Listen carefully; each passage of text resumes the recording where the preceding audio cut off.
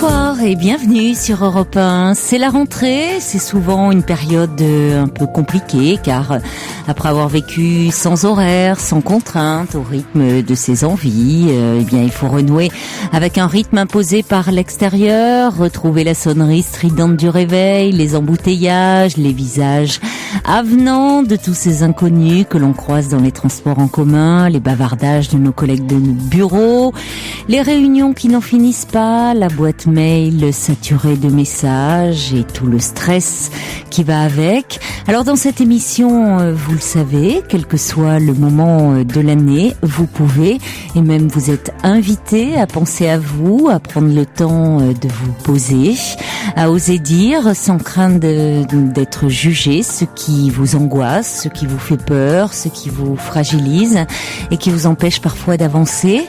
Je suis là pour vous écouter et avec l'aide de celles et ceux qui nous font l'amitié d'être attentifs chaque soir, eh bien nous essaierons de vous rendre la vie un peu plus douce, je l'espère. Ce soir au 39 21, vous serez accueillis par Quentin et Asiba avec la complicité de Philippe Chartier qui réalise cette émission. Et bien sûr, à tout moment, puisque nous sommes en direct, vous pouvez réagir à tout ce qui se dit à l'antenne en nous écrivant un petit courriel sur le site europe1.fr ou en nous envoyant un SMS au 7 21 21 39 21. Je vous attends. Jusqu'à 1h sur Europe 1, Caroline Dublanche. Bonsoir Jérôme. Bonsoir. Bonsoir. Alors vous voulez nous parler d'une rencontre que vous avez faite avec donc une femme sur un chat internet. Ouais, bah, comme ça se fait beaucoup en ce moment, quoi, en fait. C'est un petit peu, comment dire. Dans l'air du temps. Voilà, ouais. Puis, bah, en fait, voilà, quoi, on s'est rencontrés comme ça, quoi, au fil des dialogues, les intéressés l'un à l'autre, et puis c'est suivi des coups de fil, et puis une rencontre, et puis au bout de cette rencontre, je dirais pas un coup de foudre, mais presque, de votre côté. Presque. Ouais, non, vraiment intéressé par cette femme-là, et puis bon, bah voilà, quoi, il y a eu un échange, et en fait, bon, bah voilà, ça va faire bientôt 4 mois qu'on se fréquente. Bon, moi, je ne peux rentrer que le week-end parce que par mon métier, je suis obligé de partir toute la semaine. Oui. Et, vous habitez en fait, la même région? Oui, à 1 heure l'un de l'autre. Oui. 1 heure l'un de l'autre. On pourrait avoir beaucoup de facilité pour se voir, mais bon, bah de son côté, j'ai l'impression que ça ne veut pas évoluer, quoi, en fait. C'est-à-dire qu'elle n'est pas prête. Vous aimeriez qu'est-ce que vous attendez, vous voir davantage? Vous ne le pouvez pas. Alors qu'est-ce que vous souhaiteriez? Ce que je voudrais, c'est oui. Qu'elle me démontre qu'elle s'intéresse à ce qui se passe, quoi, en fait, qu'elle reste moins en retrait, qu'elle soit. J'ai l'impression de tomber sur quelqu'un qui veut pas faire grand chose, qui veut pas faire avancer les choses et qui n'a pas envie d'avancer elle-même, quoi, en fait. Voilà. Qui porte plus d'intérêt à son entourage et à ce qu'elle vit elle, quoi, en fait. Et son entourage, de quoi est-il fait? D'un frère. Et d'une association. Elle est très investie dans des associations. Dans une association, oui. Bon, vous lui avez dit, vous, que vous aimeriez davantage un sujet que je ne peux pas investir. Pourquoi? Parce qu'en fait, elle ne répond pas, en fait. Elle se referme? Voilà, ouais, tout à fait. Bon, c'est peut-être un petit peu tôt, 4 mois de relation, si vous ne vous voyez que les week-ends. Ça veut dire que vous vous êtes vus 4 fois? Non. Non, on s'est vus beaucoup plus de fois, déjà. Bah, je sais pas, moi, c'est ce que vous me dites, que vous ne vous voyez que le week-end et vous vous connaissez depuis 4 mois, donc... Oui, on se fréquente depuis environ 4 mois, oui, mais on essaie de se voir tous les week-ends, quoi. Bah oui, donc, attendez, je suis nulle en calcul, mais... 16 fois, bah oui, je suis vraiment nulle en calcul, oui. Ça fait 16 fois. Je me disais, je commençais un petit peu à douter de moi. Non, mais je confirme, je suis nulle en calcul, Jérôme. Heureusement, je fais pas ma rentrée des classes, hein.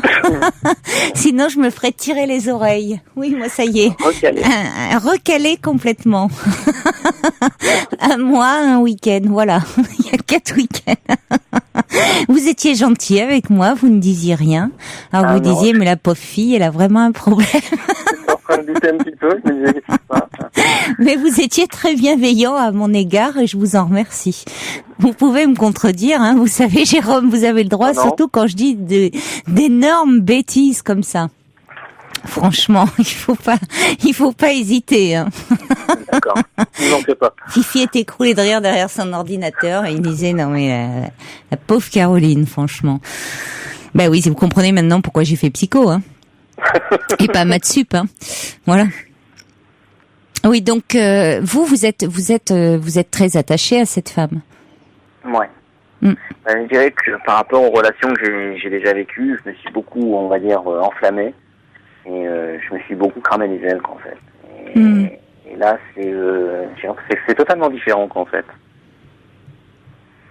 Totalement différent. Je laisse faire les choses, mais ça a pas l'air de trop se concrétiser, pardon, excusez-moi, je ne trouve pas le mot, j'arrive pas à le dire. Se concrétiser, oui. Voilà. Et non, bon, ça, j'arrive à un âge où je me dis qu'il faudrait peut-être que je me pose quand même un petit peu. Vous avez quel âge? 35. Oui. 35 ans. Vous aimeriez un peu de stabilité? Ouais. Franchement, ouais. Mais vous avez l'impression, vous avez dit, alors je sais pas, peut-être que ça a été mal retranscrit au standard, qu'elle c'était surtout sexuel pour elle. Enfin, c'est peut-être votre crainte. C'est l'impression que j'ai, c'est la crainte que j'ai en fait, parce qu'à chaque fois qu'on se voit, oui. On s'est vu donc quelques fois à l'extérieur, on a partagé un café, se balader. Voilà, quoi, mais c'est vrai que quand on se voit, c'est toujours le même programme, quoi. C'est ensemble et puis voilà, quoi. Après, ce qui s'ensuit.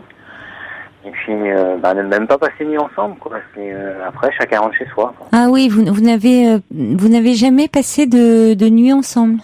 Jamais. Elle a quel âge, elle? Elle a 37 ans, pardon. 37 ans. Et comment elle justifie le fait, par exemple, de pas passer une nuit entière avec vous, puisque elle est pas. Elle me dit qu'elle ne dort pas quand elle a quelqu'un à côté d'elle, elle ne dort pas. Ah oui. Elle est. Elle n'a jamais vécu avec quelqu'un, cette femme? Jamais, d'après ce que je vais comprendre, jamais en ménage, en fait. Oui, c'est un peu une célibataire endurcie, hein. Pourtant, elle a vécu les relations, quoi. Oui, bien sûr, ça n'empêche pas, mais chacun chez soi. Ouais. Oui, parce que là, et de fait, c'est vrai que c'est plus compliqué quand on est habitué à dormir seul, de dormir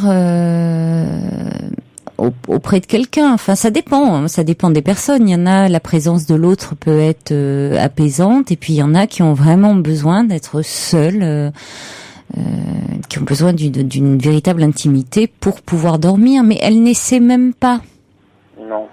C'est ça, elle ne tente même pas. Pourtant, j'ai tendu plusieurs fois la perche en disant profitant justement du fait qu'il était tard et que on est à 1 heure l'un de l'autre, quoi, quasiment, et oui. On m'a dit, t'es fatigué, tu ferais mieux de rester dormir là. Je lui ai même proposé de prendre ma chambre et de moi dormir sur le canapé. Non, ça a été un non catégorique, quoi. Ah oui, même si vous lui laissez votre lit. Tout à fait, oui. Oui, donc oui, ce qui était vraiment très très gentil de votre part, enfin. Pour vraiment profiter qu'elle soit là. Pour vraiment lui faire comprendre que voilà, quoi. Oui, vous aviez envie le matin de vous retrouver avec elle. Enfin bon, vous étiez prêt à dormir sur le canapé. Voilà, quoi, pas une relation où voilà, quoi. C'est tout basé sur le sexe. On se voit, on fait l'amour. Voilà, quoi. Vraiment une relation. Il y a un échange, quoi, et on partage. Mais peut-être quand même.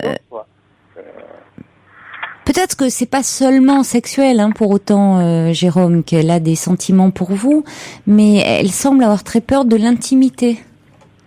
C'est ce que je me dis. Ouais. Est-ce que vous parlez ensemble? Est-ce que c'est quelqu'un qui arrive facilement à parler de ses émotions, de ce qu'elle ressent? Non. Par contre, on parle beaucoup de ce qui se passe à côté, quoi. Son association, de son frère, de sa famille, Elle est très famille.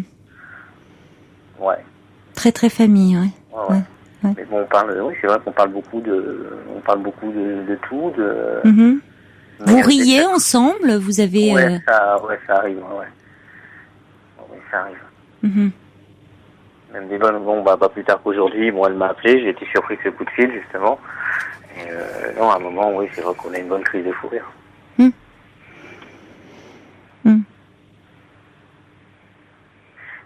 Voilà, quoi, je sais pas où je vais. C'est-à-dire que c'est quelqu'un qui... C'est une relation qui me déstabilise.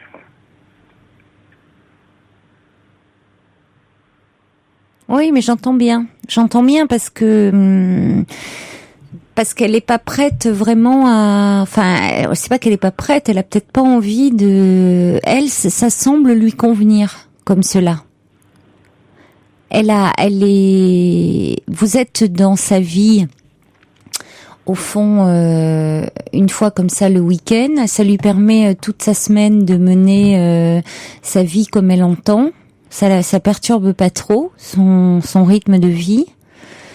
Vous êtes là le week-end et puis après elle reprend. C'est vrai que être amoureux de quelqu'un, laisser l'amour entrer dans sa vie, ça veut dire accepter d'être perturbé, hein, dans sa vie. Et c'est pas simple. Parce qu'au fond, on prend très vite des habitudes. Alors après, à chacun de décider si elles sont bonnes ou mauvaises. Mais on s'habitue à vivre seul. Et c'est pas forcément simple de laisser rentrer un autre dans sa vie. Et est-ce qu'elle a envie de ça finalement? Peut-être que vous pourriez lui parler de vos envies à vous. Vous êtes là, Jérôme? Oui, je vous écoute. Ouais, peut-être, elle connaît mes envies. Mais elle les connaît. Vous lui en avez parlé? Je dirais à court terme, ce serait partager un week-end avec elle. Bon, c'est quelqu'un qui n'a pas beaucoup voyagé. Moi, de par mon métier, voilà, quoi. J'ai fait quand même pas mal de kilomètres. Je connais plein de petits coins sympas. Je connais plein de, sans nécessairement faire une journée de voiture, quoi. Il n'y a pas besoin, quoi. C'est passer un week-end, décompresser tous les deux, apprendre à se connaître un peu plus. Et la seule réponse que j'ai, c'est on verra. Donc avec des on verra, moi je peux pas prévoir, je peux pas essayer de faire quelque chose. Alors en même temps, 4 mois, c'est court pour dire vraiment, c'est peut-être un peu prématuré pour dire elle est pas prête à s'engager, à s'investir. Ça peut venir. Ouais. Et en même temps, la question qu'on peut se poser, c'est pas forcément pour elle une question de temps, c'est peut-être une question de personnalité, et il se peut que vous ne soyez pas en phase. C'est-à-dire qu'elle veut bien avoir une histoire avec vous de type aventure, qui n'est pas forcément que sexuelle, encore une fois, où il y a de l'affectif, mais elle n'est pas prête à vous faire davantage de place dans sa vie. Et donc ça va vous faire souffrir. Alors est-ce que vous êtes prêt à attendre un peu, en vous disant je me donne encore quelques temps pour voir comment ça peut évoluer? C'est vrai qu'elle est pas très rassurante, hein, quand elle vous dit on verra, hein.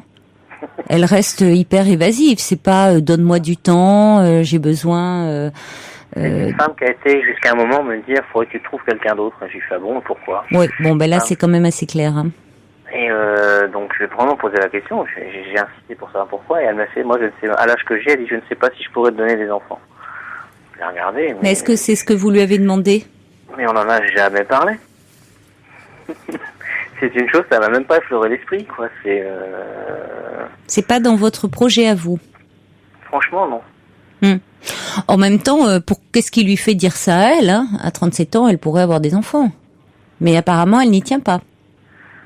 Oui, mais bon, ça lui Bon, tient pas, mais quoi. vous pouvez lui dire, moi, ce n'est pas ce que je souhaite. Ce que je souhaite, c'est que tu sois, qu'on ait une relation que tu sois plus investi dans la relation, enfin qu'on ait une véritable relation. Alors que là, c'est plus sur le mode aventure.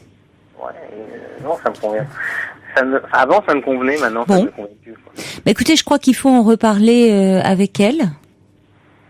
Et puis, si vraiment rien ne bouge dans son comportement, ça veut dire qu'elle est prête à vous perdre. Il faudra en tirer les conclusions qui s'imposent, hein, Jérôme.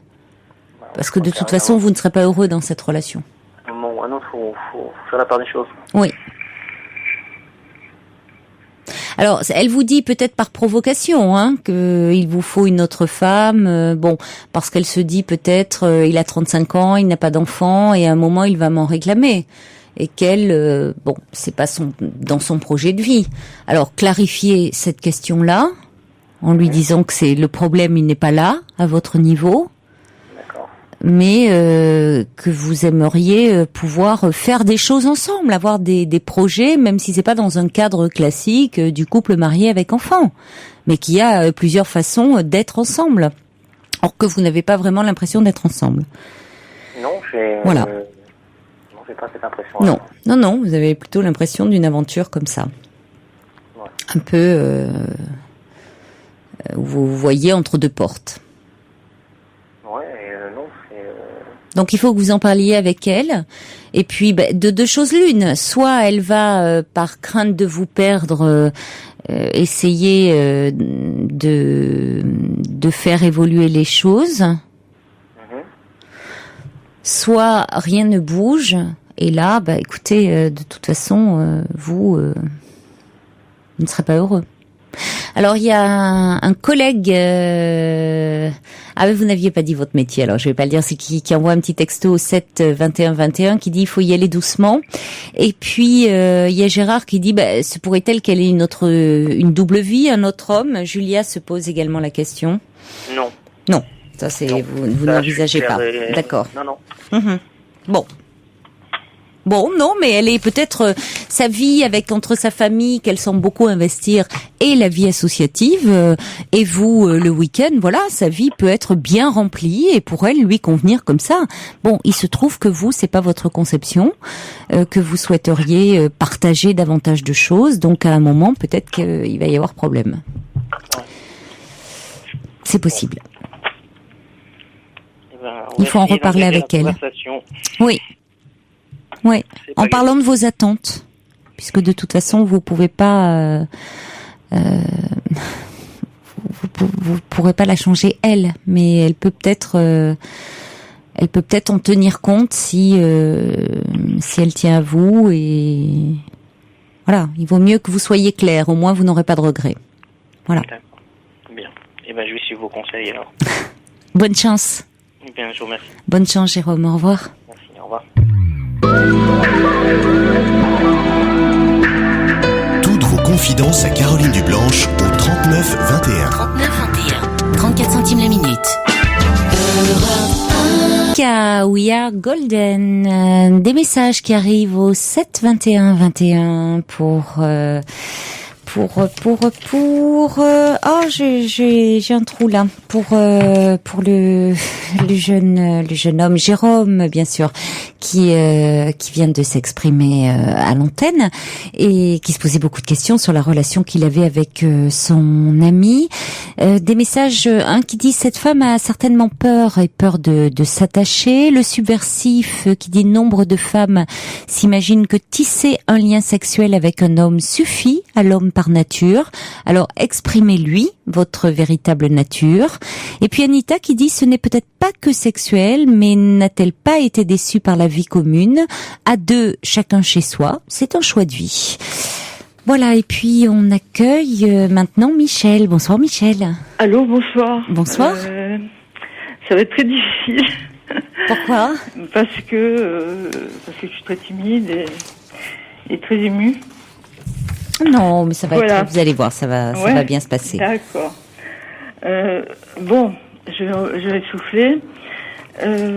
Voilà, donc j'expliquais à Quentin, enfin à votre Oui. équipe que voilà, j'ai donc 64 ans. Oui. J'ai deux garçons.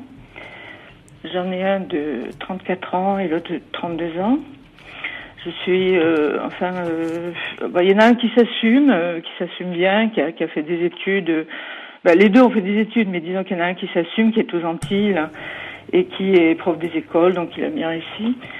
L'autre aussi était allé faire une pareille, mais bon, il est très dépressif. Et c'est lui qui nous pose un problème important, quoi. Oui. Là, pour l'instant, il est avec son père. Il est resté, depuis l'an 2000, il était avec nous, quoi. Il était dans notre maison. Et puis, vu que avec mon mari, on s'est jamais entendu. Il a quel âge, ce fils dont vous me parlez? Celui qui est dépressif, il a 32 ans. 34 ans, c'est l'aîné. 34 ans, oui. C'est l'aîné. Et c'est le garçon le plus vulnérable, très immature, très. Enfin, on n'a jamais les enfants sont jamais pareils, quoi. Non. Et c'est vrai que c'est incroyable à dire, c'est incroyable vraiment. Mais avec mon mari, on s'est jamais entendu, quoi. Ça n'a jamais marché depuis le début jusqu'à la. Alors, ce qui me préoccupe maintenant, c'est surtout les conséquences, quoi, vis-à-vis de mes enfants.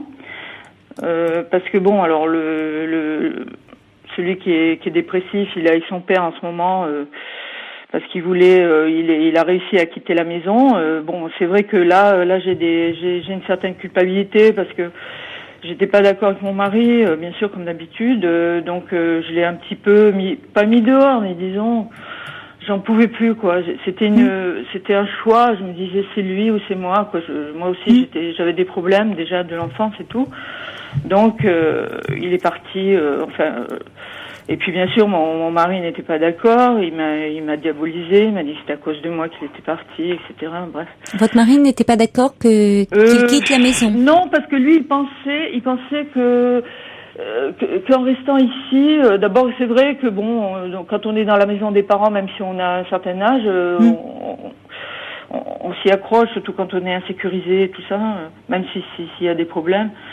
Donc il voulait rester. Puis mon mari, de toute façon, j'ai jamais compris son attitude vis-à-vis de mon fils dépressif, c'est-à-dire comme maintenant, vous voyez, il l'assiste, il est toujours derrière lui, toujours. Bon, c'est vrai que bon, j'étais voir une psy, on m'a dit qu'il n'y avait pas le choix. Pour l'instant, il fallait qu'il l'installe. Il était dans un tel état que, c'est-à-dire, je disais à votre au standardiste, là, je lui disais que, en fait, le gros problème, c'est qu'il arrête pas de radoter, mon fils, et de dire c'est de votre faute que je suis comme ça. Parce que, alors, bien sûr, on l'a jamais respecté dans nos histoires, on s'est toujours étalé, on n'a jamais respecté les enfants, ça c'est sûr. Mais il n'y a pas que ça, mon mari a demandé une mutation, parce qu'en fait, on a passé la plupart de notre temps en Afrique. Oui. On est resté 10 ans en Afrique, quand ils étaient petits, on a passé 10 ans en Afrique j'avais 40 ans quand je suis partie, donc après, on est revenu en France, et puis là, mon mari avait encore envie de repartir, donc on est parti en Martinique, et c'est là qu'il s'est arrivé le clash, quoi, parce que mon fils était en plein dans ses études, et mon mari a décidé, parce que bon, je vais pas l'accabler, mais je dirais qu'il avait un côté tyrannique, despote, Donc il lui a dit bon c'est comme ça, bon maintenant écoute tu vas aller au soleil parce que son frère voulait y aller aussi pour travailler là-bas, pour passer le concours d'instit. Oui. Il a dit toi tu vas faire pareil, il y a pas de problème. Alors donc il a un peu négligé si vous voulez sa stratégie scolaire enfin universitaire. Il lui a dit tu iras avec ton frère, on va s'occuper, tu seras aux Antilles et en Guadeloupe, enfin bref. Et puis tu vas voir, tu vas passer par correspondance ton concours et puis tu l'auras et tout. Alors manque de chance, avec son frère ils s'entendaient pas du tout, ils cohabitaient tous les deux et donc il y a eu et ça a été que des problèmes après. Enfin, celui qui s'en est bien tiré c'est l'autre, enfin, le plus jeune. Mais là, donc vous dites que votre fille. Non, vous ne parlez pas trop. Vous essayez de poser un peu le cadre et. Oui, on dirait si ça va. Oui, et c'est compliqué parce que forcément c'est toute une histoire et c'est compliqué de la résumer en quelques minutes. Ah oui, c'est très compliqué. Votre fils donc est. Il y a une forme d'agressivité vis-à-vis de vous puisqu'il vous reproche c'est son mal-être. Hein. Il vous dit que vous en êtes à l'origine. Oui. Et en même temps, le paradoxe, c'est très fréquent, hein, mais il s'accroche à vous. C'est-à-dire qu'il reste. Oui. Vous êtes à l'origine de son mal-être, et pour autant, il n'arrive pas à se séparer de vous. D'affection qu'il a eu. Enfin, pardon ? Je pense qu'il n'a pas eu d'affection. Il a pas eu son quota de, enfin il a pas eu. Moi, j'ai jamais été maternelle. Bon, on va chercher derrière. Moi, c'est pareil. J'ai une mère qui était pas maternelle, donc etc. Mais je sais que là, enfin bon. Oui, mais Michel, j'ai envie de dire, quel que soit, on sent bien que ça crée beaucoup de souffrance chez vous et que vous reconnaissez.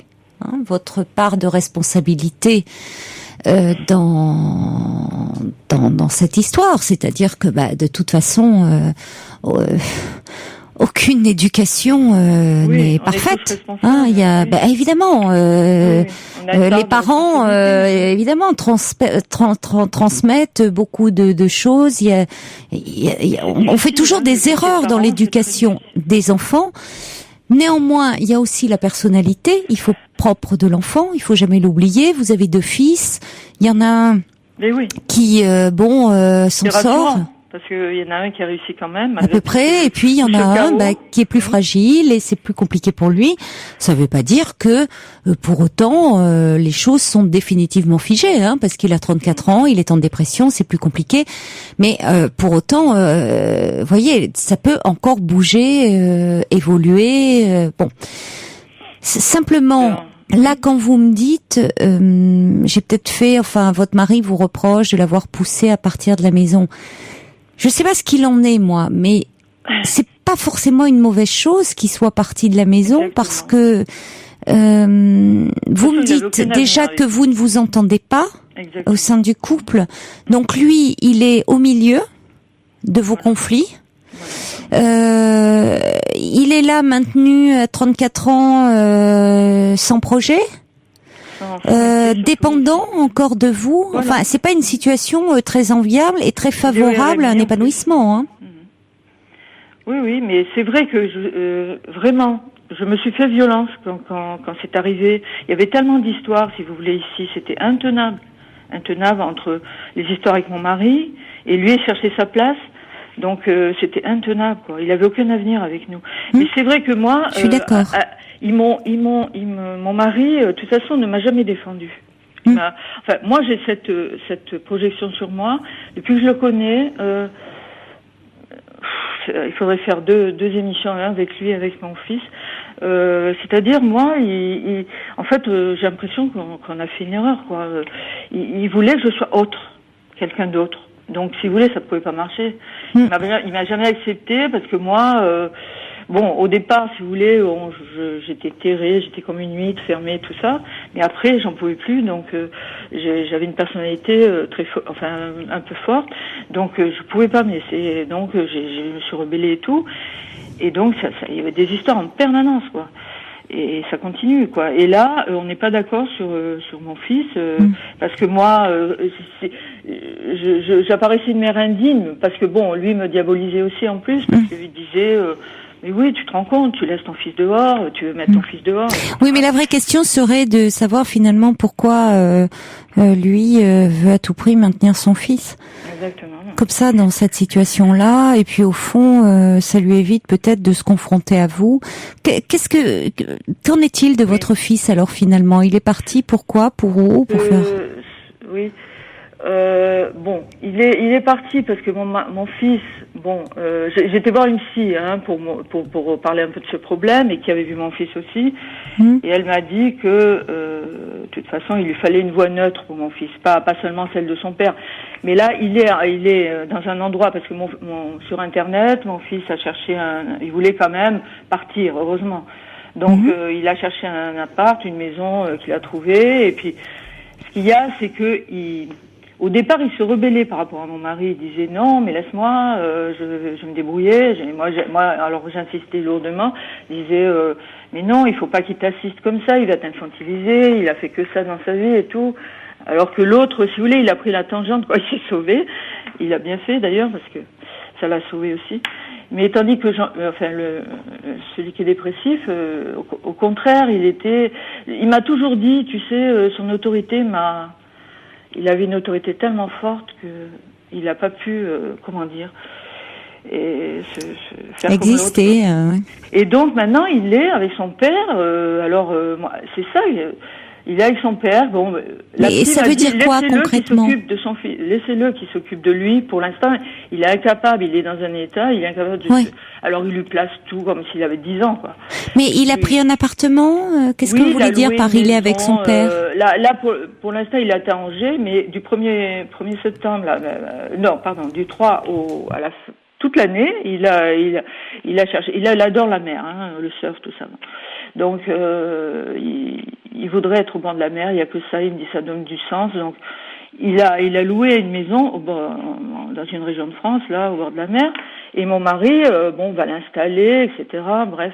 Et alors, je ne peux pas, avec mon mari, lui dire, par exemple, écoute, heureusement, la chance qu'il a, peut-être, parce qu'il a tellement fait de maisons comme ça, à louer, tout ça, pour essayer de...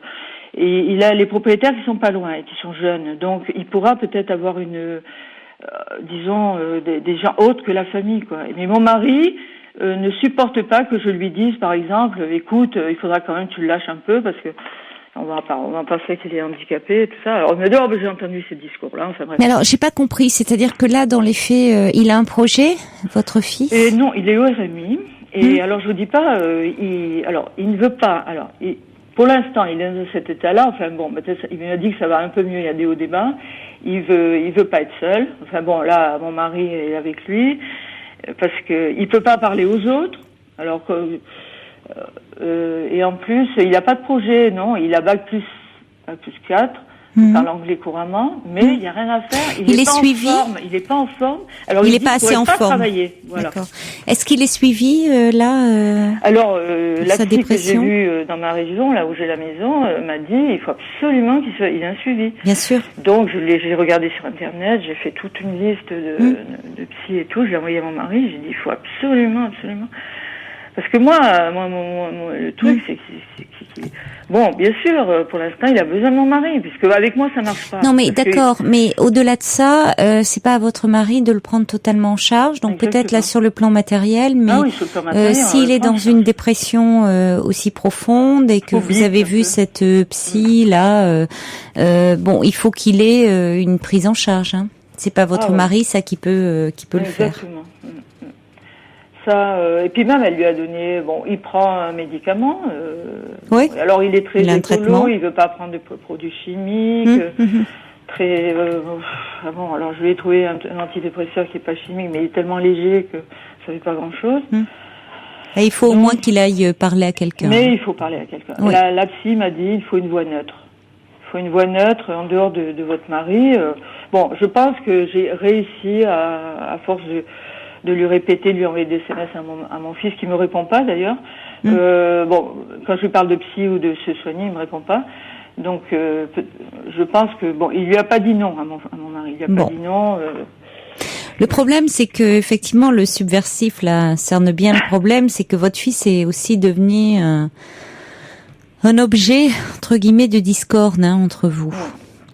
Et au fond, vous réglez, enfin vous le dites avec beaucoup de sincérité, vous êtes jamais entendu, et alors en fait ce fils qui va mal, c'est l'occasion de régler davantage dans beaucoup de douleur aussi, et de culpabilité, tout le ressentiment, toute la rancœur que vous éprouvez.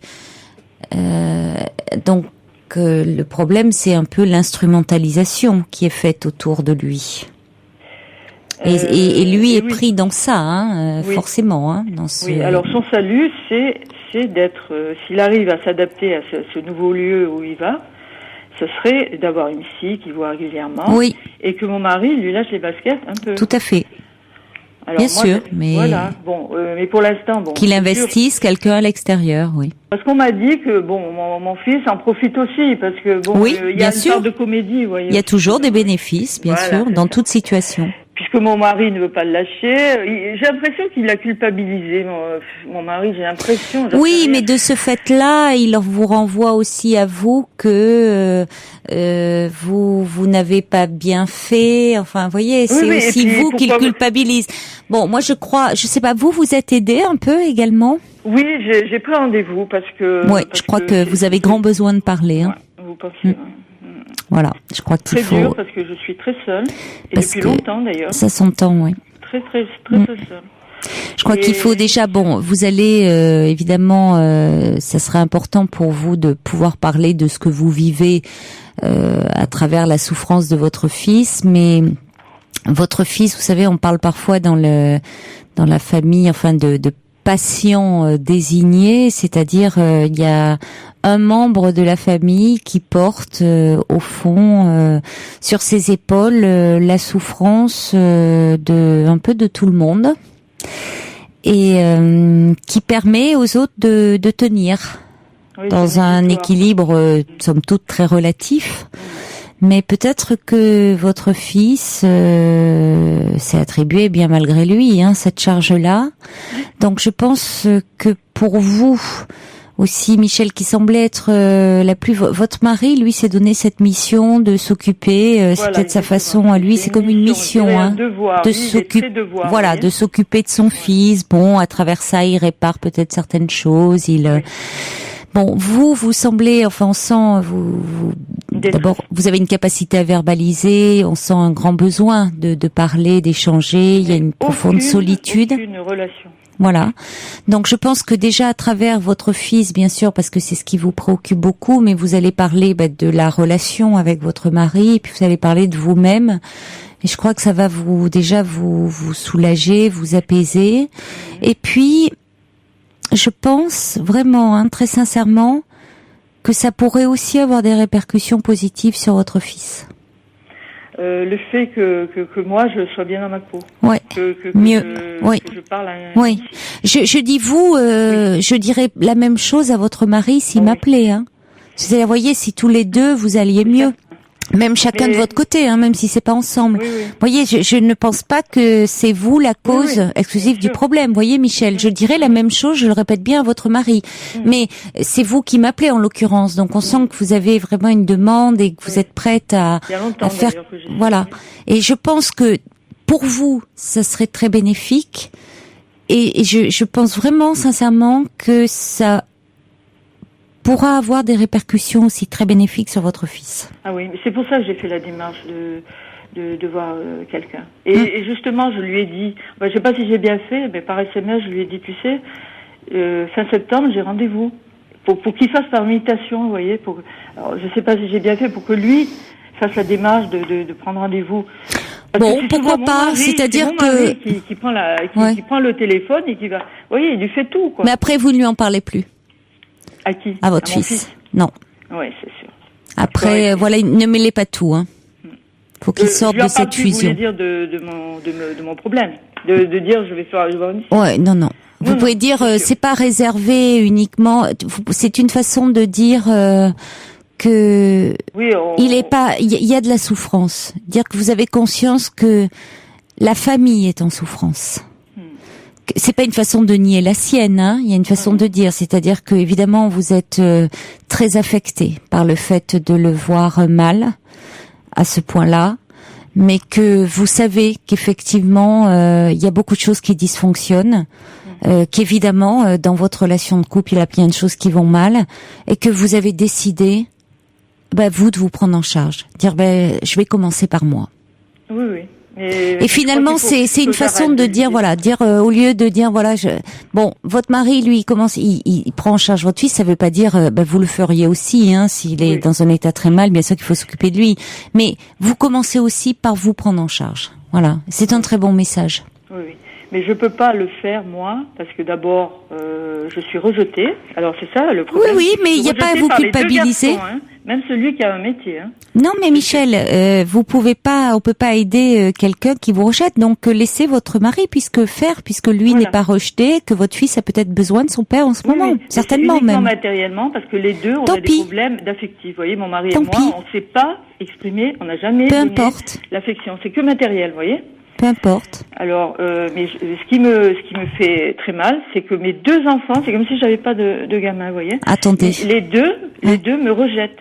Celui qui est venu des Antilles pour vacances, il m'a dit, t'es ci, t'es ça. Enfin, mon mari, il m'a dit, heureusement qu'on a eu notre père, parce que toi, vous voyez, à ce point-là. Hein. Donc, j'ai été diabolisée par mon mari, parce qu'on n'est jamais ni noir ni blanc. On est entre les deux. Donc il m'a diabolisé depuis que je le connais, peut-être parce que lui n'avait pas de... Tout ça, il faudra en parler. Il faudra en parler et je pense que donc, vous positionnerez différemment aussi par rapport à vos fils. Mais je me dis, ça y est, c'est fini, mes gamins vont plus jamais... Non. Les choses peuvent évoluer, oui. Ça peut changer. Mais à partir du moment où vous aussi... Moi, je suis bien. Voilà. Ouais. Voilà. Vous porterez moins aussi ce fardeau. Donc du coup, vous serez différente dans la relation avec eux. Mais pour l'instant, je laisse mon mari s'occuper. Oui, tout à fait. Parce que je suis toujours en train de lui dire oui, mais tu vois pas... Non, laissez-le s'en occuper. Laissez-le.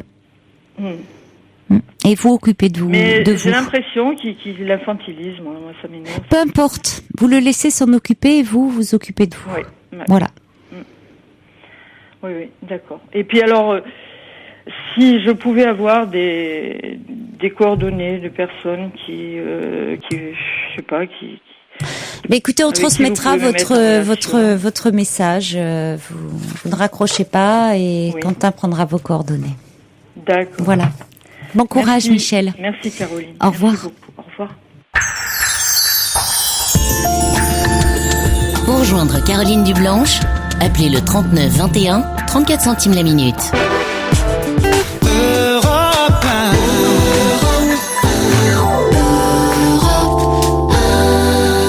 Danny Briand, on verra demain. Un petit message de Julia pour Michel qui dit: il n'y a pas d'école pour être parent, vous ne devez pas culpabiliser et le fait que votre fils soit avec son père vous repose un peu.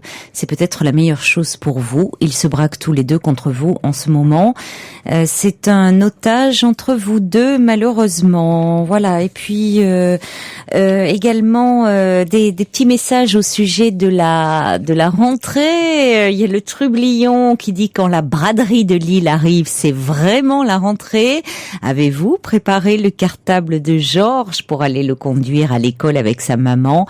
S'il pleure, surtout, soyez indulgente, me dit le Trublion. Oh, mais il pleure à chaque rentrée, vous savez, Georges. Hein, c'est très difficile la séparation, surtout avec sa maman. Non, je l'accompagne pas, mais j'ai sa maman au téléphone pour lui donner des conseils, voilà, et tout ça. Et puis Georges justement qui envoie un petit message au 7 21 21 qui me dit: vous savez Caroline, chez nous la rentrée c'est pas les embouteillages et les transports en commun, hein, on n'est pas parisiens. Nous, ce sont les hirondelles qui s'en vont. Ah, c'est plus poétique ça, c'est joli. Oui, mais nous on est moins proche de la nature, que voulez-vous, dans les villes, hein. Effectivement. Et puis Orange Mécanique qui dit: petite révision avant la rentrée, Caroline. 4 x 4, 16. 5 x 4, 20. 2 x 2, 4. Oui, bien sûr. Je vais m'y remettre. J'ai pas fait mes cahiers de vacances. C'est pour ça. Voilà, donc je vais avoir beaucoup de mal à m'y remettre. Il y a Sergio aussi qui me dit alors vous avez eu un auditeur qui vous disait que c'était Jérôme qui avait 35 ans, son ami avait 37 ans. Ils ont donc 2 ans d'écart. Et oui, bravo Caroline, me dit Sergio. En plus des cours d'anglais, il faudra prendre des cours de maths. Ouais, j'ai du boulot pour cette année. Vous avez raison, j'ai beaucoup de travail. Allez, on va accueillir Sarah. Bonsoir Sarah. Bonsoir. Bonsoir. En fait, mon cœur il fait déjà du 200 à l'heure. Écoutez, c'est bon signe qui battent déjà bien. Je suis pas sûre. En fait, moi, j'ai 36 ans et je voulais vous parler un peu de mon corps parce que en fait, j'ai des trous de mémoire en fait de 0 à 10 ans. Je me rappelle de rien du tout. Disons qu'à 10 ans et demi, j'ai subi des attouchements. Disons que pour moi, ma vie elle a commencé à partir de cet âge-là. À 10 ans et demi ? Oui. Avant ça, j'ai pas de souvenirs, du moins très peu, et surtout des souvenirs assez malsains. J'ai été voir un psychologue pour En fait, j'aurais voulu qu'il m'hypnotise pour pouvoir retourner dans mon enfance. Et suite à ça, disons que ce gros trou là, il me travaille beaucoup. Oui. Et disons que par la suite aussi, j'ai vécu. Disons que ma vie elle est assez spéciale. J'ai beaucoup rencontré de gens qui ont abusé de moi. Ce sont des proches surtout. Oui. Et par la suite, disons qu'avec le temps, j'ai un de mes frères qui m'a dit que il m'avait déjà vu. Je sais même pas quoi. J'arrive même pas à parler en fait. Si, vous y arrivez, Sarah. Disons qu'il m'a vu avec un de mes frères qui faisait des choses assez malsaines avec moi. Et il était sûr que en fait je m'en souvenais. J'ai aucun souvenir. Mais disons que après par la suite j'ai fait des choses assez malsaines. J'ai jamais compris pourquoi, et avec l'âge, bien sûr, maintenant je comprends plus de choses. Oui. Mais ce qui m'embête surtout, c'est le trou là de 0 à 10 ans. Oui. Et bon, je sais à peu près ce qui m'est arrivé parce que j'ai quand même des brides, mais j'ai aucun souvenir, aucun. Et moi, j'aurais voulu quand même, quand j'ai vu mon psychologue, je lui ai dit que je voulais à tout prix me souvenir, quoi. Oui. Et il estime que j'étais pas prête. Oui. Mais moi, j'estime être prête parce que je sais, je suis sûre à 99% de tout ce qui m'est arrivé. Seulement, j'ai besoin de mettre des images parce que moi, j'imagine le pire. De toute façon, ça peut pas être pire que ce que j'imagine. Qu'est-ce que vous imaginez ? D'être abusée, d'avoir été abusée par un de mes frères. Ce qui fait que par la suite, en fait, moi, à 12 ans, j'ai fait la bêtise de sortir avec un de mes beaux-frères. À 12 ans ? Oui. Oui. Et en fait, à 10 ans et demi, j'ai été abusée. J'en ai parlé quand j'avais 12 ans, j'en ai parlé à un autre de mes beaux-frères. Lui, on a profité de la situation. Et bon, on a été au tribunal et tout ce qui s'ensuit pour porter plainte contre le premier beau-frère. C'était un beau-frère à 10 ans, déjà. Oui, les deux. En fait, les deux, c'était des beaux-frères. Oui, c'était les maris de vos sœurs. Oui, d'accord. Donc, moi, ça me bloque complètement par rapport à ma vie. Je sais qu'au niveau de la sexualité, je sais que j'ai un blocage. Oui. Ça en parlant avec une de mes sœurs, que je sais que je réagis pas normalement, quoi. Oui. Parce que dès que j'arrive même pas à parler. Si, vous y arrivez. C'est parce que vous vous sentez certainement un peu ému et angoissé de parler de ça, que vous avez l'impression de ne pas y arriver, mais vous y arrivez très bien, Sarah.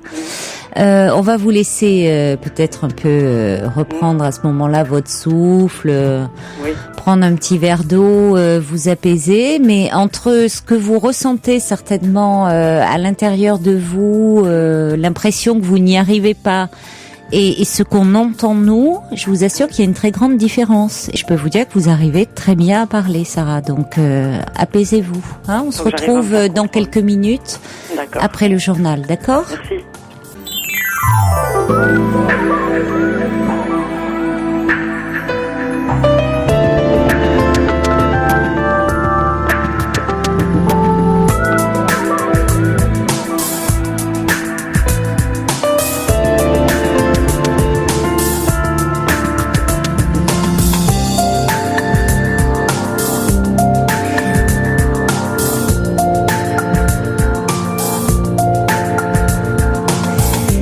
Deuxième heure de cette émission, toujours en direct bien sûr sur Europe 1. Je vous invite à appeler le 39 21 si vous avez envie de nous parler de vous, de nous confier une situation qui vous préoccupe, de nous parler de votre rentrée et puis bien sûr à tout moment vous pouvez réagir aux propos tenus sur l'antenne par SMS au 7 21 21 ou par courriel sur le site europe1.fr.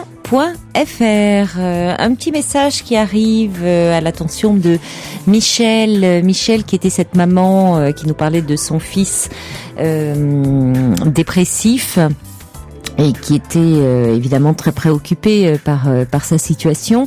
Marie envoie un message au 721 en disant: rejeter ses parents permet de grandir et de devenir soi-même, différencier d'eux. Souvent les parents ne peuvent pas eux-mêmes soulager leur enfant, mais un tiers oui. Marie ajoute un psy par exemple. Et puis nous avons Marc qui nous a envoyé un petit courriel. Alors Marc était passé à l'antenne il y a une dizaine de jours parce que son ami entretenait des liaisons hard par internet avec ses ex et il voulait remercier les auditeurs, plus particulièrement les auditrices qui s'étaient manifestées. Elles avaient été très nombreuses, alors notamment Stéphanie de Saint-Malo, Monique de La Rochelle et puis toutes les autres. Il dit merci pour la solidarité de votre émission. Marc nous dit: je quitte mon amie et part cette semaine, elle devient hystérique et m'a même frappé ce soir. Voilà, donc écoutez Marc, on est désolé de la suite de la tournure que prend cette situation. Si vous voulez rappeler un soir pour faire le point avec nous, vous serez le bienvenu. Et puis il y a Anita qui dit: comment voulez-vous que Georges ne soit pas malheureux à chaque rentrée? Bien sûr, sa maman est tellement bienveillante à son égard. Vous savez bien qu'elle lui prépare des pieds de cochon. Alors on pense que pour cette rentrée, c'est ce qu'elle lui fera pour le consoler un petit peu à son retour de classe, des bons pieds de cochon. On n'a plus de message de Georges là, il doit être déjà couché parce qu'effectivement il prépare sa rentrée des classes, il se recadre et il se couche tôt, l'ami Georges peut-être. Alors là nous sommes en ligne avec Sarah. Sarah, donc vous dites vous avez 36 ans aujourd'hui, vous êtes assez angoissée parce que vous n'avez pas de souvenir de votre enfance avant l'âge de 10 ans et demi. Et c'est l'âge où vous avez subi un abus sexuel. Et ce blanc dans votre histoire vous préoccupe beaucoup. Alors vous dites effectivement c'est une histoire lourde puisqu'un de vos frères vous a confié vous avoir vu avec un autre de vos frères qui aurait, dit-il, abusé de vous avant vos 10 ans, c'est ça? Oui, il dit que je devais avoir 4 ans et demi, 5 ans. Et il pensait que je me souvenais, mais apparemment... Pourquoi vous a-t-il dit ça? En fait, disons que lui, je lui ai jamais parlé. J'ai toujours... je n'ai jamais eu de contact avec lui, parce que j'ai toujours eu une sale réputation par rapport au fait d'être sorti avec un de mes beaux-frères. Donc, il m'a toujours considéré comme une... je ne vais pas dire le mot, mais enfin... Sorti, quand vous dites sorti avec un de vos beaux-frères, ça c'est plus tard alors? Disons que quand j'avais 12 ans, moi, je perdais mes cheveux, je dormais pas. Donc, je me suis mise à me confier à un autre de mes beaux-frères. Oui. Puis lui, il a profité de la situation et puis j'ai fini par sortir avec, quoi. Oui, mais quel âge avait-il, ce beau-frère, Sarah? 35 ans. Combien? La trentaine, il devait avoir. Oui. Et vous aviez 12 ans? Oui. Oui. Bah, je suis désolée, Sarah. On peut pas dire. Voyez, on peut pas considérer que vous sortiez avec lui. Oui, vous étiez encore une très très très jeune fille, oui. Pour ne pas dire encore une petite fille, parce qu'à 12 ans, on est au sortir de l'enfance et on entre dans l'adolescence. Mais j'étais consciente, mais non, j'estime avoir ma part de responsabilité quand même. Pas du tout. Pas du tout, Sarah. Pas du tout. Je suis désolée. Vous vous rendez compte, lui, il avait 35 ans. Oui. Alors lui, il était largement adulte. Vous étiez dans un état d'énorme souffrance. Vous dites au point d'en perdre vos cheveux, au point de finalement vous lui confier votre détresse. Vous lui confiez à ce moment-là à un adulte, pensant, espérant quoi? De la protection. Espérant qu'enfin quelqu'un vous comprenne, vous protège, vous écoute, vous permette qu'on fasse en sorte que ça n'arrive plus jamais, au lieu de quoi ce triste sire, pour ne pas dire autre chose, abuse de nouveau de la situation. Non, c'est vrai, au jour d'aujourd'hui, Mais attendez, c'est un salopard, c'est tout. Je suis désolée, on n'est pas dans une situation d'une fille qui sort avec un homme. On est dans la situation d'une enfant qui est abusée par un homme. Ça n'a rien à voir. Oui, au jour d'aujourd'hui, je suis consciente de ça grâce à une de mes sœurs, on va dire, qui m'a beaucoup parlé et qui a beaucoup dit que j'étais qu'une enfant et que c'est plus lui qui a abusé, quoi. Mais c'est pas plus lui, c'est lui qui a abusé. Oui. Mais disons que après, par la suite, comme j'ai su que j'avais été aussi abusée par un de mes frères, je me suis dit que pour moi, à la limite, ce comportement était tout à fait normal. Mais c'est ça qui est terrible, Sarah, c'est que malheureusement, la portée du traumatisme est d'autant plus forte qu'il a été répétitif. Donc cette répétition en venait presque à normaliser les choses, à faire que vous en êtes arrivé à penser que c'était ça la normalité. Oui, non, parce que dans votre famille, ça se passait comme ça. Oui. Et vous n'êtes pas la seule, vous savez, à penser ça, Sarah. C'est-à-dire que dans le cas d'enfants abusés, et c'est malheureusement souvent le cas parce que on est toujours horrifié quand on parle de pédophilie et on oublie de préciser que la majeure partie des cas ont lieu au sein même de la famille, que les abuseurs sont des membres de la famille. L'enfant pense, du coup, et en particulier s'il s'agit du père ou du grand-père, donc surtout du père, donc de quelqu'un qui côtoie quasi quotidiennement, que c'est ça la normalité.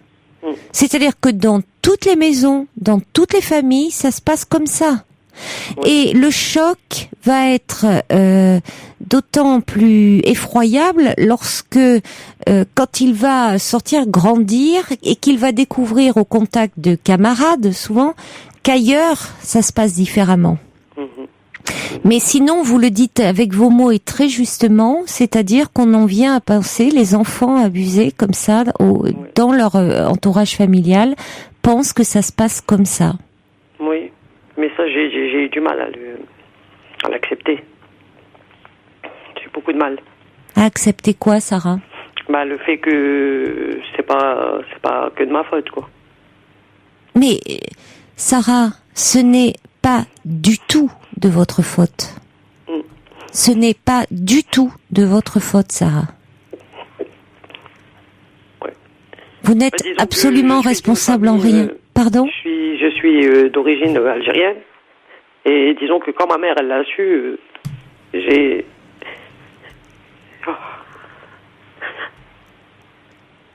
Quand elle l'a su, disons qu'elle m'a toujours considérée comme une fille pas propre, quoi. Oui. Donc j'ai fini par rencontrer quelqu'un, je me suis mariée à 18 ans, elle était soulagée. Oui. Disons que je me suis mariée 2 fois, mais les 2 choix ont été catastrophique, quoi. Ça a été comme si c'était des bouées, alors qu'en vérité, le premier était toxicomane, le deuxième était alcoolique. Donc, après, j'ai rencontré quelqu'un d'autre, j'ai fait un enfant avec qui n'a pas reconnu. Ouais. Là, je veux dire, le fait de rien savoir de 0 à 10 ans, j'arrive pas à avancer. Je crois pas, Sarah, que ça soit seulement ça qui vous empêche d'avancer. C'est que on l'entend à votre gorge qui se noue là quand il y a encore toute une partie de vous, et elle est très importante, qui croit que vous êtes responsable Non, c'est vrai quand même. de ce que vous avez subi, alors que vous n'étiez qu'une enfant. Oui, c'est vrai. Et que vous n'êtes et que par conséquent vous n'étiez absolument pas responsable, et que malheureusement dans je sais pas, dans il y a comme ça des traditions qui font que on rend toujours les femmes responsables de tout, et même quand elles sont encore que des petites filles. Oui, c'est clair. Vous voyez, c'est-à-dire que vous n'étiez pas une femme encore, hein, à 12 ans on n'est pas une femme, on est une femme en devenir, et même des hommes vous agressent qui eux étaient largement adultes, eh bien forcément c'était vous la coupable. On va pas chercher plus loin. Ouais, la faute vient toujours des femmes. C'est clair. Voilà. Et malheureusement vous avez baigné là-dedans, et au lieu d'avoir beaucoup de tendresse et de compassion et de protection et de voyez, on vous désignait comme la mauvaise fille, quoi, et que tout ce qui vous est arrivé, vous l'avez bien cherché, en gros. Voilà, c'est vrai, c'est exactement ça. Voilà. Et malheureusement, on a du mal à se sortir de ça. Donc, vous focalisez sur le fait que vous avez du mal à vous construire, et que parce que vous n'avez pas souvenir de ces 10 premières années. Moi, je crois que c'est plus compliqué que ça, Sarah, et que... Alors, je vais vous lire des messages qui arrivent quand même à ce sujet, avant que vous nous ayez parlé, là. Hein. C'était en première partie, justement, sur cette absence de souvenirs. Alors, il y a un message qui cite Françoise Dolto, qui disait « L'enfant a toujours l'intuition de son histoire, et si la vérité lui est dite, cette vérité le construit. » Ouais, ça dépend... Quelle vérité. Et je vais lire finalement le message d'Oxalie, je trouve qu'il répond en quelque sorte, bien que vous répondez sans avoir connaissance vous de vos messages, puisqu'ils arrivent là sur mon écran au 7 21 21. Oxalie, ce qui dit: cette absence de souvenir, c'est votre inconscient qui vous protège. Oui, c'est ce qu'il m'a dit le psychologue, mais... Oui, c'est ce que... Voilà, quand le psychologue dit « pour le moment, vous n'êtes pas prête », c'est-à-dire que il y a des... Notre mémoire, elle est assez bien faite, vous savez. Quand il y a des traumatismes, des choses comme ça qui sont trop lourds à supporter pour notre mental, eh bien, c'est stocké dans un coin et on n'y a pas accès. Ça veut pas dire que c'est perdu, Sarah, si ça peut vous rassurer. Oui, ça veut dire que c'est dans une case, c'est quelque part, mais qu'au fond, ça serait peut-être trop difficile, trop lourd. Alors, on attend, c'est stocké, et ça peut revenir. Oui, et souvent, plus on essaye de s'en souvenir, moins on s'en souvient. Oui, mais si j'ai quand même des personnes qui disent m'avoir vu étant plus jeune. Alors, méfions-nous de ça, Sarah, parce que finalement, du coup, vous vous êtes reconstruit une histoire autour de ce qu'on vous a dit, ce qui est normal de votre part. Parce que qu'est-ce qu'on vient vous raconter? Une histoire terrible, alors que vous avez déjà une histoire terrible. Vous aviez pas besoin de ça en plus. Non, c'est clair, c'est clair. Hein? Vous en avez suffisamment comme ça à porter. C'était un coup de massue pour moi quand j'ai oui. Et en plus, on vient vous dire ça. Qu'à 4 ans, soi-disant, un de vos frères aurait également abusé de vous. En fait, je peux le croire, parce que j'ai quelques brides par rapport à ce frère en question, qui est décédé au jour d'aujourd'hui. Et donc, moi, je me suis toujours dit que cette bride-là, elle est dans ma tête, et je peux pas croire que ça s'est arrêté là, quoi, je veux dire. En sachant que j'ai pas de souvenir du tout. J'ai quelques brides assez malsaines par rapport avec ce fameux frère. Mais disons qu'il m'a confirmé ce que j'ai toujours pensé. Mais j'ai besoin de mettre des images à ça. Je sais pas. Comme je m'imagine, je m'attends au pire. Vous vous attendez au pire. Alors justement, il y a Michel donc une auditrice qui dit: pourquoi n'allez-vous pas voir un médecin qui pratique l'hypnose? Cela a été profitable à une de mes amies un peu dans la même situation. Courage à vous. Et alors, je dirais, bon, pourquoi pas? Mais c'est vrai que l'hypnose, il faut savoir aussi qu'effectivement, on peut avoir accès à des choses comme ça, des souvenirs qui étaient enfouis et qu'on peut retrouver. Mais il faut savoir qu'avec l'hypnose, on peut aussi il y a des choses qui peuvent remonter. On croit que ce sont des souvenirs, alors qu'en fait, ce sont des souvenirs reconstruits. Ça peut arriver aussi. Et des médecins qui pratiquent l'hypnose, vraiment médecins dignes de ce nom, qui le font sérieusement, vous l'expliquent ça. C'est-à-dire vous disent attention, il faut être prudent avec ça. C'est-à-dire que c'est pas parce que voilà, on a ça qu'on peut dire ah ben oui, ça y est, j'ai accès à quelque chose, là j'en suis certaine. Non, or vous partant avec cette idée il se serait passé quelque chose à l'âge de vos 4 ans, vous pouvez très bien dans une séance d'hypnose avoir l'impression de revivre ce qui s'est passé alors qu'en fait vous revivez quelque chose qui est complètement reconstruit. D'accord. Bon, il y a le subversif qui dit le refoulement, c'est-à-dire le fait, on parle de refoulement, c'était un terme psy pour dire tout ce qu'on met à l'écart, tout ce qui peut pas être intégré par notre mental, par notre psychisme. Donc il dit le refoulement a d'autant plus été réalisé que l'entourage en entier a enterré le respect de l'enfant et sa mémoire tout entière finalement. C'est-à-dire je sais pas si vous vouliez dire le respect de l'enfant d'ailleurs, parce que je comprends pas très bien ce que vous vouliez dire là, le subversif. Mais c'est-à-dire que on vous a pas entendu, on vous a pas cru. Oui, donc finalement, c'est comme s'il fallait taire ce qui s'était passé. Comme si ça n'avait pas existé. C'est ça qui est terrible. Alors, alors, finalement, il ajoute que l'amnésie, ce qu'on appelle une amnésie post-traumatique, c'est-à-dire qui vient suivre un traumatisme et qui vient recouvrir la mémoire de l'enfant, est le point commun des enfants agressés. Ça, c'est vrai qu'il a raison. Et d'ailleurs, on le voit même dans des cas de viol chez des personnes adultes. Il y a des femmes comme ça, et maintenant on en tient compte, qui lors de procès, c'était compliqué au moment des auditions, notamment avec la police. On leur disait, mais enfin, racontez-nous les faits, qu'est-ce qui s'est passé, étaient incapables de dire ce qu'elles avaient subi. Alors du coup, on pensait qu'elles étaient complètement, que c'était des mythomanes, qu'elles racontaient n'importe quoi. Or, elles avaient réellement été violées. Mais le traumatisme était tel que il y avait un blanc dans leur mémoire, il y avait une amnésie post-traumatique et qu'elles ne pouvaient plus à ce moment-là s'en souvenir.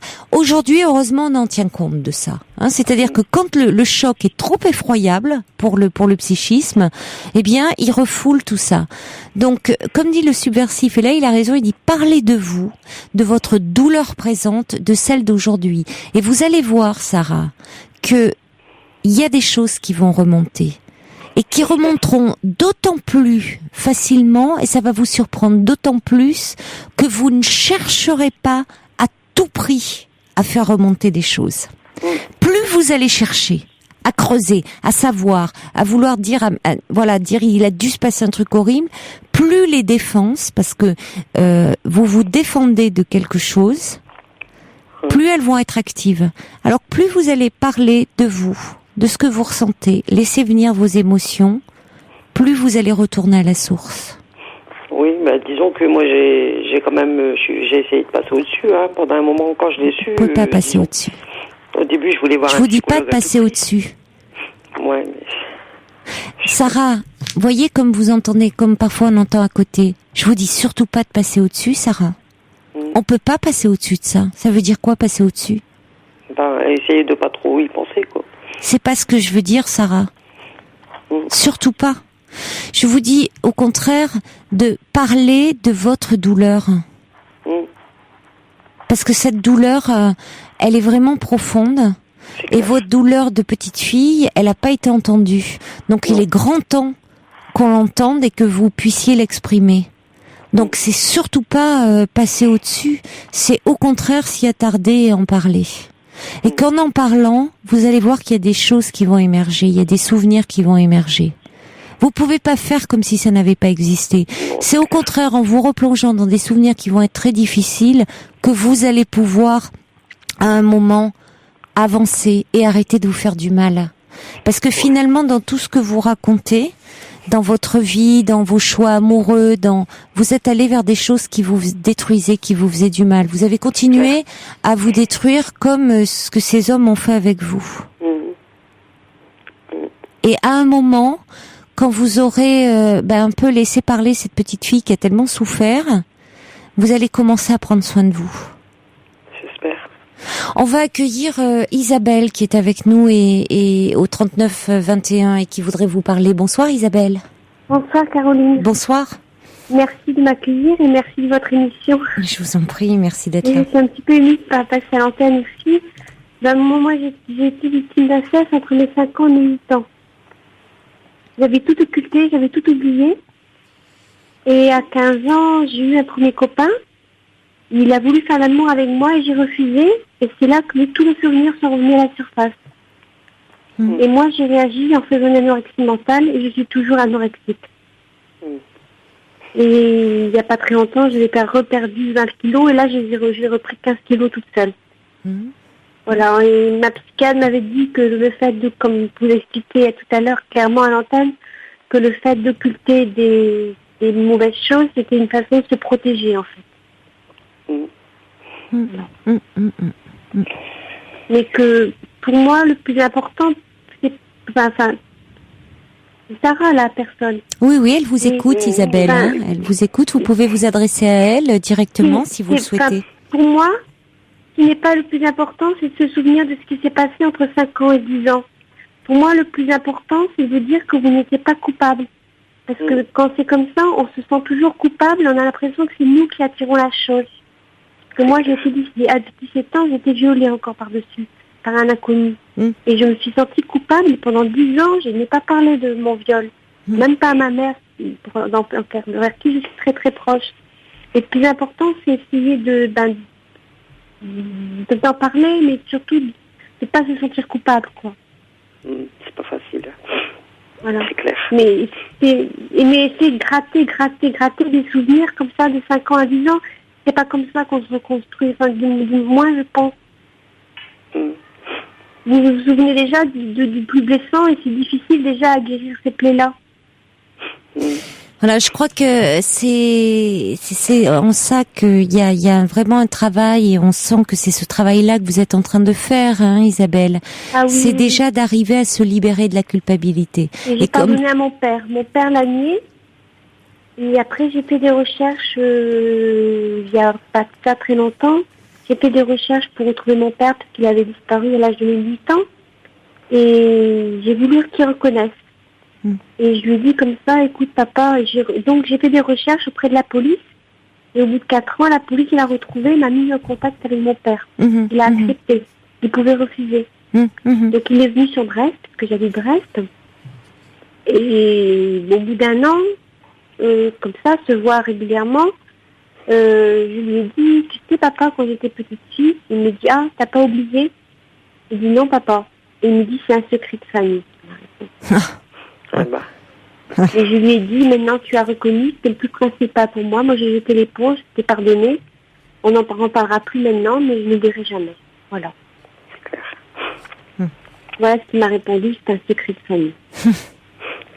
Vous me le gardez pour lui, hein, c'est clair. Oui, enfin, d'une certaine façon, ce secret, vous en êtes délié.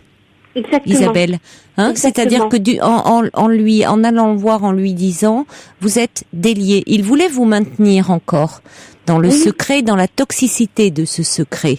Hein, c'est un secret, ce qu'on dit à l'enfant, entre toi et moi. Hein, donc ça, c'est un poison parce que l'enfant transgresse. Si voilà. L'adulte est dans la transgression et l'enfant serait dans la transgression si il parlait. Or là, en allant voir votre père, en lui parlant, vous êtes délié de ce secret. Oui. Puisque c'est à vous que c'est arrivé, donc vous avez parfaitement le droit d'en parler si vous éprouvez le besoin d'en parler. Oui. Voilà. Et quelques mois après, il est décédé. D'accord. Mais pour moi, le Donc c'était pardon, important pour vous d'avoir pu en parler c'était avec lui important. avant. Ah, Ouais. c'était important. Ah, Je oui, je comprends. voulais à tout prix parce que il avait toujours dit que je mentais. Or, une petite fille ne peut pas inventer. Enfin, il ne peut pas inventer des images. Il y a Non. des flashs qui resteront Non. toujours. Il y a des images qui resteront toujours dans ma tête. Je vous parle, Bien sûr. j'ai des flashs. Bien sûr. Je vous donnerai pas de description Non. parce que ça sert à rien. Mais c'est pas beau, c'est vilain, quoi. Enfin, un père ne fait pas ça avec sa petite fille. Et un enfant ne peut pas inventer ça. Non. Et pour moi, qu'ils le reconnaissent, C'était important. C'était Ouais. important, oui. Ouais. C'était important. Merci Isabelle. Je vous en D'avoir prie, pris c'est la moi qui peine vous de remercie témoigner. C'est moi qui vous remercie pour la qualité de votre émission. J'aimerais bien vous parler une autre fois par rapport à mon anorexie. Avec plaisir Isabelle. Avec Voilà. plaisir. Vous me rappelez quand vous le souhaitez. Merci Caroline. Au revoir, à Et bientôt bon alors. courage à Sarah. Au revoir. Merci. Au revoir. Au revoir. Au revoir. Un message qui arrive par courriel de Laurence qui dit message pour Sarah, j'ai 37 ans, j'ai été violentée par mon oncle vers l'âge de 6 ans, puis abusée au même âge que vous. Cela a duré 2 ans. Comme vous, Sarah, j'ai longtemps cru que c'était de ma faute, que j'avais cherché ce qui m'était arrivé. Aujourd'hui, je me suis en partie reconstruite, mais cela reste difficile dans certains domaines. Il a fallu que je parle avec un psy après un drame personnel pour commencer à comprendre que je n'étais pas responsable. Comme vous, j'ai peu de souvenirs de mon enfance. C'est seulement depuis quelques mois que j'arrive à me souvenir de bribes de mon enfance et même des souvenirs heureux. Ma vie aujourd'hui est encore très chaotique, mais je tiens debout. Peut-être que votre inconscient vous protège, car vous n'êtes pas encore prête. Je vous souhaite beaucoup de patience, Sarah, et de courage. Merci. Voilà.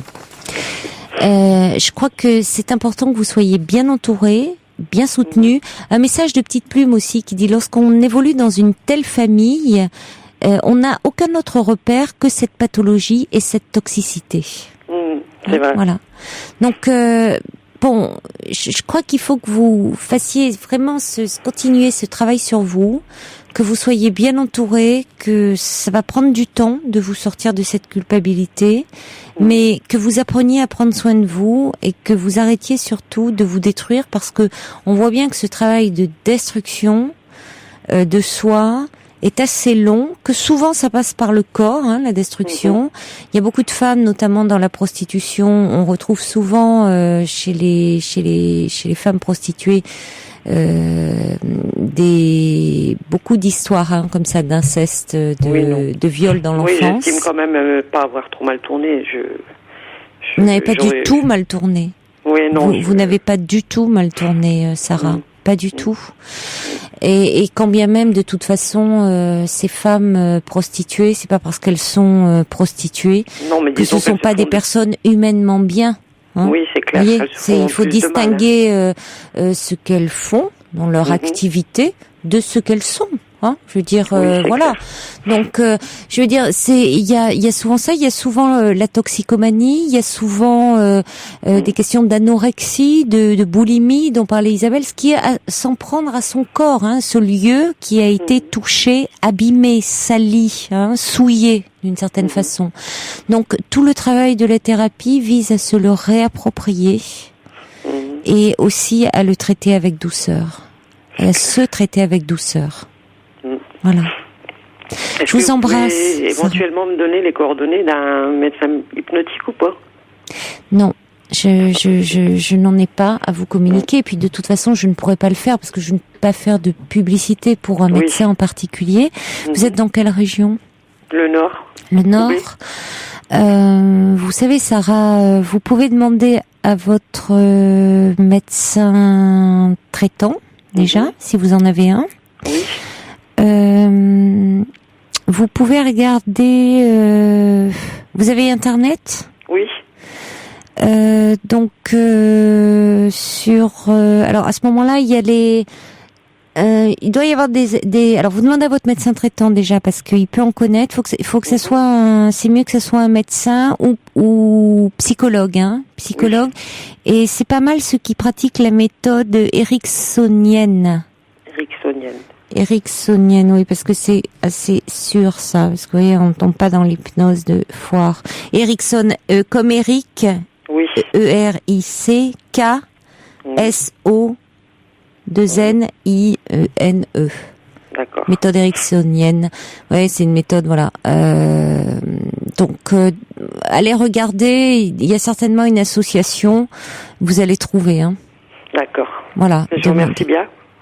Bon courage, donnez-nous de vos nouvelles, Sarah. D'accord. Si vous le souhaitez, bien sûr, hein. D'accord, merci. Je vous embrasse, au revoir. Au revoir, merci.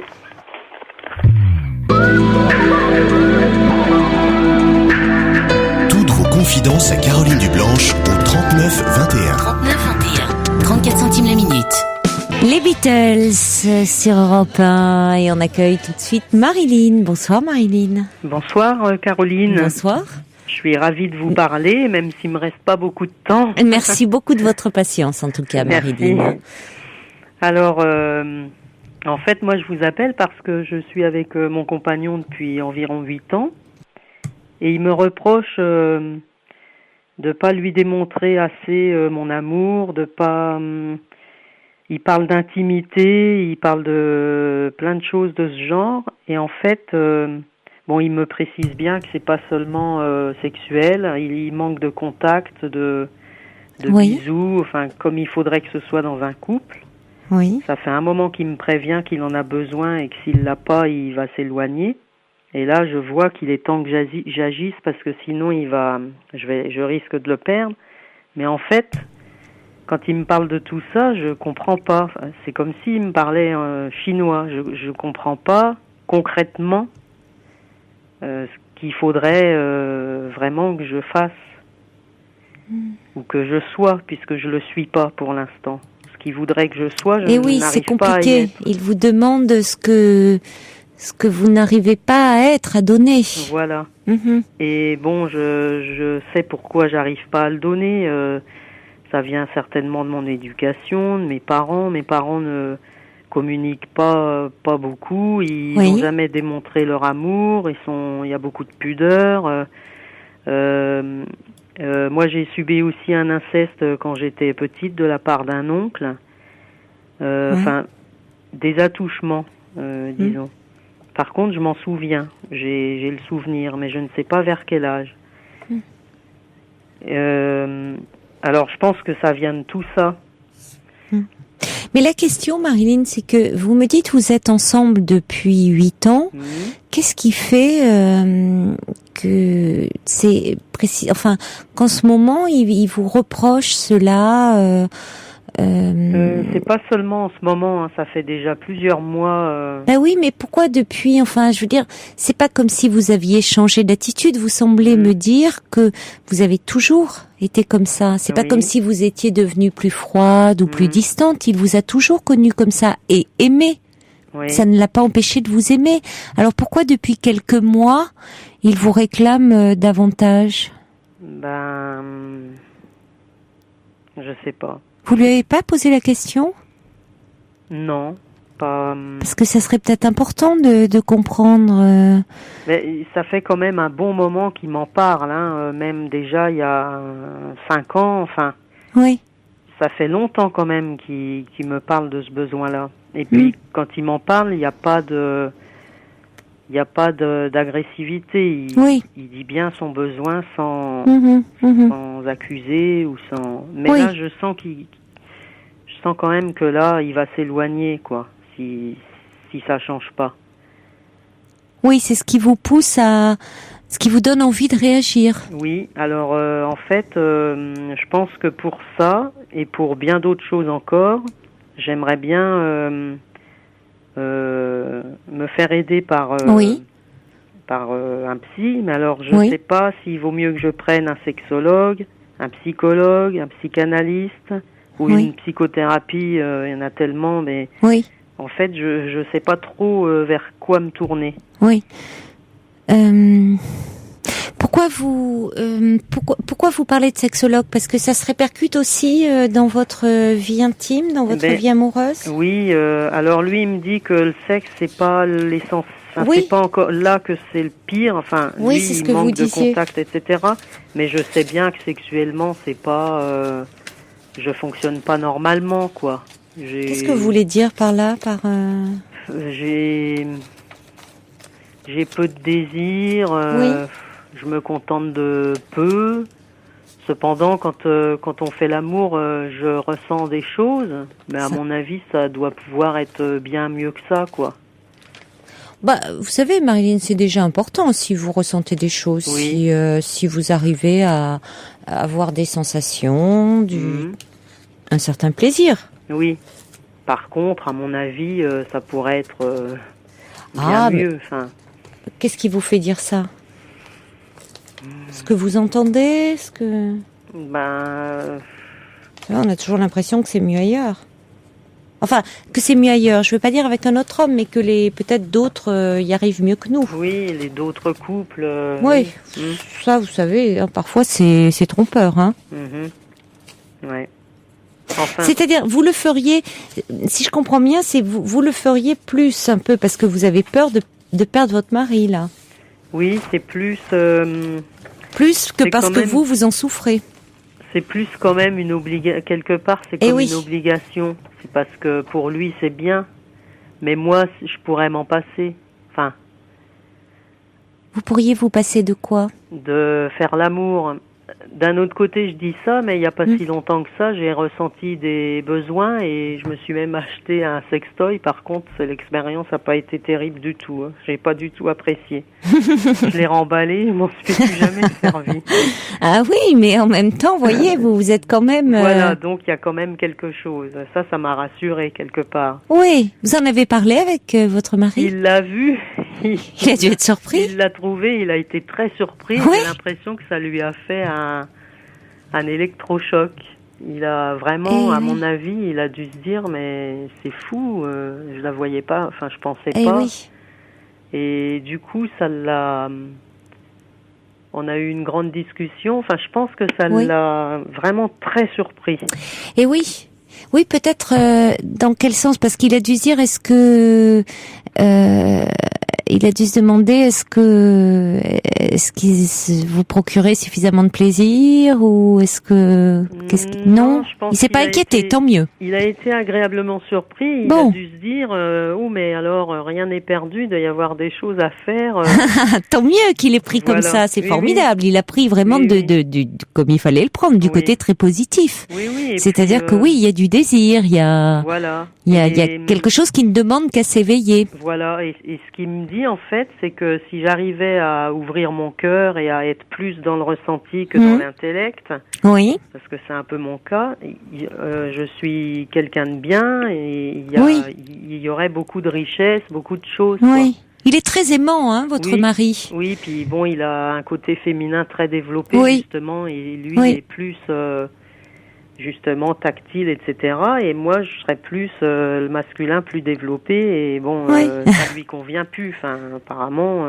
Oh, peut-être qu'il est dans un moment où il a envie d'être un peu rassuré par des manifestations de tendresse, parce que vous l'avez bien dit, c'est pas tant au niveau de la sexualité, c'est plus qu'il a envie de mots tendres, de câlins, hein. Mais il aimerait que quand je le fais, ça soit vraiment naturel. Et c'est vrai que à chaque fois qu'il me parlait de ça, j'essayais d'y faire attention, d'en faire un peu plus. Mais à mon avis, il doit bien sentir que c'est pas forcé, parce que je le fais avec plaisir quand je le fais. Mais bon, il doit sentir que c'est réfléchi, enfin que c'est pas, ça vient pas du cœur encore vraiment, quoi. Je suis pas sûre que ça vienne pas du cœur, Marilyn.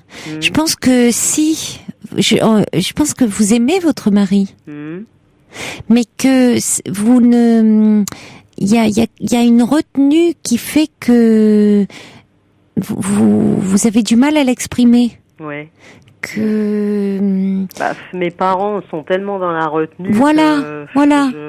Donc c'est pas que ça vient pas du cœur, mais c'est que l'exprimer avec des mots ou avec des gestes, c'est comme si c'était déplacé. Enfin, c'est vrai que quand on n'a pas été habitué à être touché soi-même, et alors évidemment, touché chastement, tendrement, par rapport à cet inceste dont vous parliez. Quand on n'a pas été bercé aussi par des mots tendres, c'est difficile aussi de le transmettre à son tour. Pour répondre à votre question, parce qu'on arrive à la fin de l'émission, je pense que c'est vrai qu'il vaudrait mieux que vous fassiez une démarche pour vous, que parce que vous vous y sentez un peu obligé. Oui, non, mais il y a beaucoup de moi aussi, je le ressens quand même pour moi. D'accord. Oui. Par contre, parce que moi je dirais pas, je vois pas tellement un sexologue dans l'histoire, parce que vous dites vous-même, c'est pas tant au niveau de la sexualité. Le sexologue, il va être plus, ou alors sexologue, psychothérapeute, mais c'est plus un lieu. Je verrais plus un psychothérapeute. Un psychanalyste, ça risque d'être un peu hard au début pour vous. Enfin. Psychothérapeute, après, peu importe qu'il ait une formation de psychiatre, c'est-à-dire un médecin au départ, ou non médecin, c'est-à-dire psychologue, mais à partir du moment où il vous propose une thérapie par la parole. C'est-à-dire, bon, alors il y en a un, il faut savoir qu'il peut vous proposer, ça fait quand même une différence. Il peut vous faire une feuille de sécurité sociale, l'autre non, parce qu'il n'est pas médecin, le psychologue. Bon, mais à partir du moment où il vous propose un lieu où vous allez apprendre à mettre des mots, comme vous le faites, je trouve, de façon très très juste ce soir, Marilyn, sur vos émotions, sur vos sentiments, parler de l'éducation que vous avez reçue, des choses qui ont pu vous bloquer, notamment cette histoire avec votre oncle. Mais je trouve, vous voyez, quand vous parlez de cette histoire avec le sextoy, vous en parlez très spontanément, très librement. Enfin, je trouve que vous avez aussi en vous beaucoup de spontanéité, de naturel. Donc moi, j'ai l'impression qu'il faudrait peu de choses pour que vous parveniez un peu à vous débrider. Donc, je verrais bien une psychothérapie en face à face. Donc avec peu importe, oui, de genre analytique, mais avec peu importe après la formation du psychothérapeute. Je vous dis, ça peut être un médecin psychiatre, mais c'est pas qui fait une thérapie par la parole, ou un psychologue. Mais médecin psychiatre, dans le sens, ça peut être sa formation, mais pas pour qu'il vous prescrive des médicaments. C'est pas de médicaments dont vous avez besoin, mais pour une psychothérapie. D'accord. Voilà. Je vous embrasse, Marilyn. Merci beaucoup et continuez votre émission, c'est super. Merci d'y avoir participé. Merci. Au revoir, Marilyn. Au revoir. Pour rejoindre Caroline Dublanche, appelez le 39 21, 34 centimes la minute. Icar, Alison, un petit message de Sergio pour Marilyn qui dit juste 2 mots, Marilyn, lâchez prise et soyez heureuse avec votre homme aimant. Et puis je voulais faire un petit coucou à Sébastien qui me dit: j'ai 16 ans, je suis un fidèle de l'émission, je n'arrive pas à dormir ce soir en raison de la rentrée qui approche et avec vous je me sens moins seule. Allez Sébastien, courage, c'est plus qu'une question de jours et après ça sera passé. Je vous embrasse, je vous souhaite une très belle nuit, faites de jolis rêves. Il est maintenant 1h, vous écoutez Europe 1.